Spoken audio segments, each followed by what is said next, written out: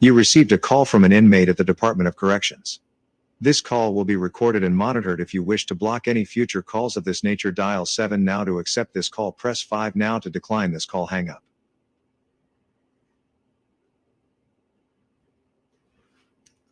Well, hello there, young lady. I haven't heard from you in quite a while. How's everything going? Ah, another young person goes into prison. I know teenagers commit crimes, but they don't think like an adult does. And so that's what really bothers me. And, you went into prison at a young age, and we're working really hard to get you out. Hmm. Very good. And you need to keep in contact with your lawyer as much as possible. Don't let that slip behind you. Good, good. I'm glad to hear that. And we're going to rally the family. We're going to rally the community. You got a huge supportive relationship out here, so we're going to get everybody together, and we're going to do what we can to let the legislator know that teenagers should not be locked up. There's some people that's gone to prison as a teenager and they get life. And so I'm glad there's some new laws in the state of Washington that will help you folks out, because every little bit helps. I know. You should not have to get a terminal illness to get out of prison, either by death or by clemency or something. You should be able to at least prove that you're remorseful for that, and that your level of maturity has grown, and you're no longer making those bad decisions. I've got a new episode out there for the YouTube channel where that information is discussed. That people are,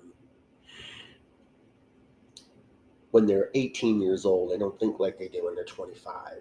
And sometimes they grow while they're in prison. And the reason we put people in prison is not just to lock them away from society and keep everybody safe. We lock them up there to teach them that there are better ways to live life than committing crimes, or by doing violent acts or acting out in public. You can do this different ways. Right. Yeah. We do need to have a more of a family unit going. We need to teach that in school. And there's people out there who don't even know the proper way to live a life. Their parents, their relatives, they raise them to live a certain way, and these folks, they think that's the right way. And like Robert Yates said, we need they have bad mentors, and we need to get better mentors out there. And you could get out and you could mentor young folks because you're closer to their age, and I think they would be more likely to listen to you, and to and when we do mentorship, the mistakes we make, we tell other folks about them, so that they won't have to make these mistakes. Well, yeah, yeah, that's true. And sometimes we do get caught up with the wrong people, and those folks want to do things that are just wrong and illegal, and it's just a shame that peer pressure is You so have 60 strong. seconds remaining. Well, okay. Well, we'll just have to pick this up later on. But I definitely I want to keep on top of your fight to get out, and pass on my name to this new person who just got in there, and maybe we can work with her and work with her legal team and her family to try to get her out as well. Oh yeah, yeah. There are some laws on the book right now, and maybe You have 30 seconds remaining. maybe with the senator's help, we can get a little bit more going. Okay. Yes. Well, I'm glad you're staying out of trouble, and you're in class.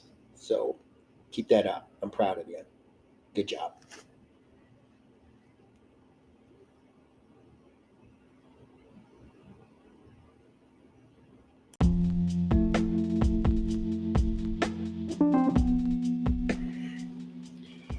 Okay, welcome to AQS Inmate Call. I am your host, Joel Wilborn, and this is a conversation based on, of course, reality here, some recent events. In the news, there are some people that are really concerned about getting the proper justice, proper sentencing, being easy on crime, letting folks out early and have them commit crimes and go back. And there's another side to that story as well. There are people who commit some heinous crimes, terrible crimes, that we just want to inflict the death sentence on them.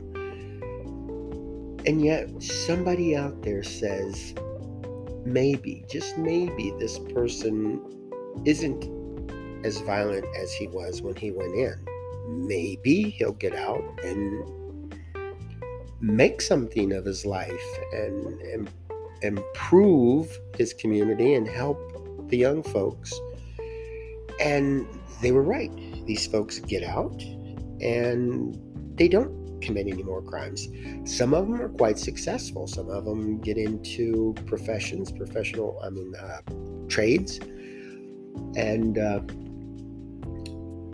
make good money to support their family, and get to the point where they can pay taxes, contribute it to charities and community service.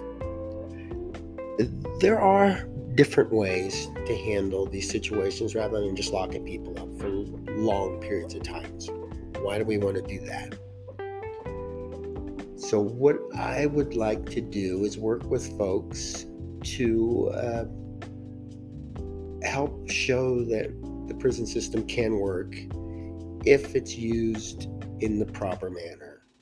If we do what the penal system was set up to do, we can have great results.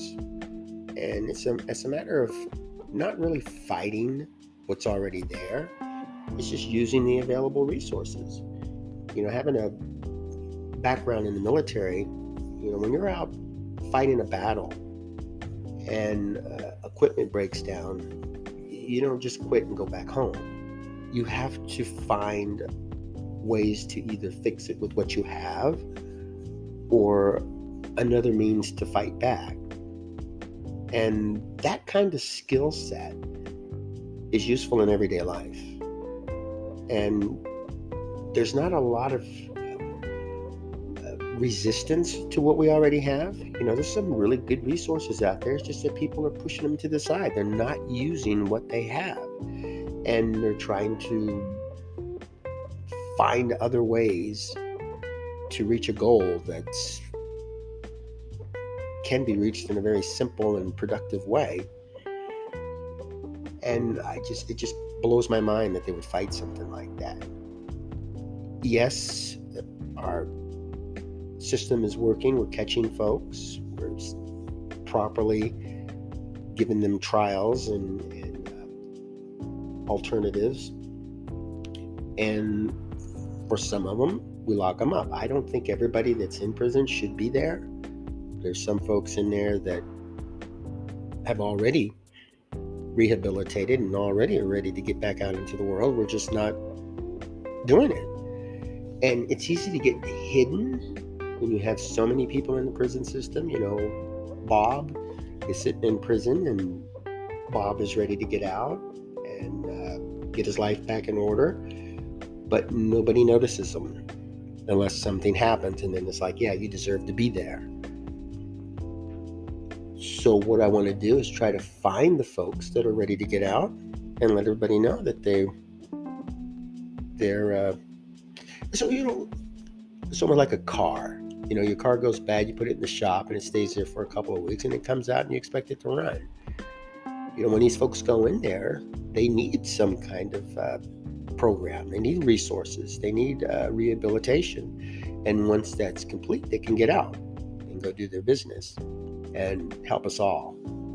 It's always better to have people running around out here being productive than being locked up in there and just their life being wasted away.